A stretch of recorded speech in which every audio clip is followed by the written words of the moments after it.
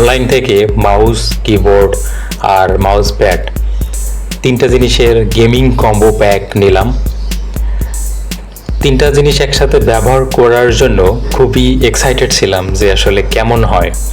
তো চলেন এটাকে আনবক্সিং করি। টেপটা খুব শক্ত করে লাগানো ছিল, অনেক চেষ্টা করার পরে সফল হলাম।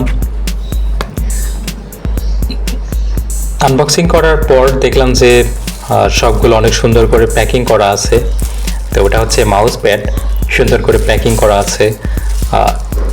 ডিজাইনটাও কিন্তু অনেক সুন্দর।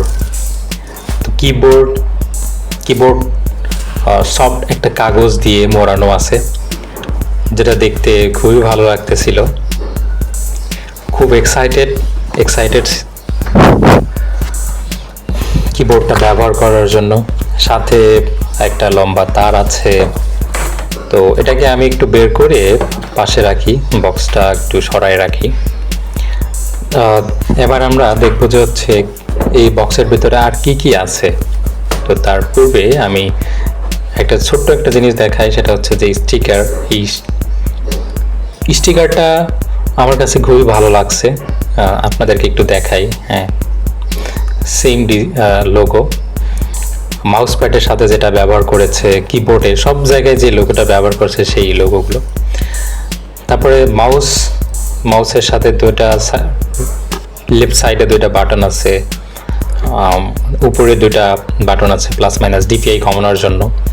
এরপরে এটা দেখেন ব্যাকলাইট গেমিং মাউস। তো যখন আপনি রুমের লাইটগুলো বন্ধ করে এই মাউসটা ব্যবহার করবেন, তখন দেখবেন যে অনেক সুন্দর একটা আলো দিচ্ছে, যেটা দেখতে আসলে অনেকটা ভালোই লাগবে। তো এই চিন্তাটা করে আমি মানে খুবই এক্সাইটেড যে কখন এটা ব্যবহার করব। কিবোর্ডটা আমি একটু বের করে নিলাম যে সফট কাগজে মোড়ানো ছিল সেই কাগজ থেকে। তো এটাকে একটু ঘুরিয়ে নিলাম আমার কম্পিউটারের সাথে এটা কানেক্ট করার জন্য।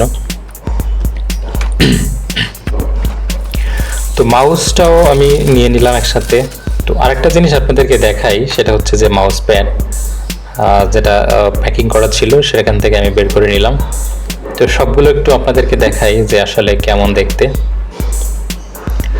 কিবোর্ডগুলো কিন্তু অসাধারণ দেখতে, মানে টাচ করে অনেকটা মজা পাওয়া যায়।